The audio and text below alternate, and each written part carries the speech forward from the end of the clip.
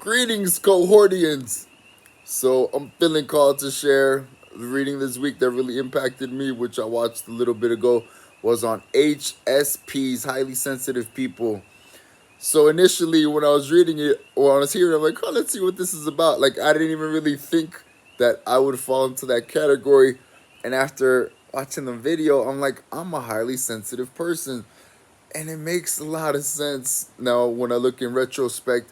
And it's funny because sometimes I would even like judge myself for like sometimes like asking people for something small. Like I get these little EBGBs and I'm like, I'm sensitive. And I started to recategorize these different parts of myself that I had not really been happy with. And I'm like, I'm a highly sensitive person.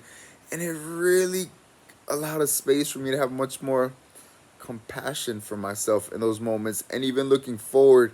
And wow, it made so much sense with the framework. So that was a pretty big epiphany for me. And it also gave me a lot of compassion for other people because up until this point, there's sometimes I'll deal with people and they're like super sensitive. And for me, it almost gets like, oh, I can't like in Spanish, there's this thing called merengue, which is like this dessert that is really delicate. And sometimes playing around, they'll call people that when they're like just so touchy.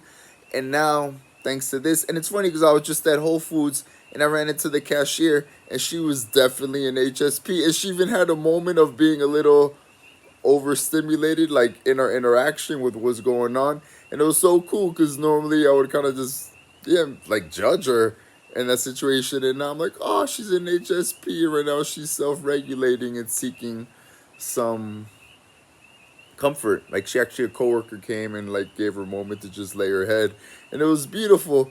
And I love that HSPs, we're here to save the world.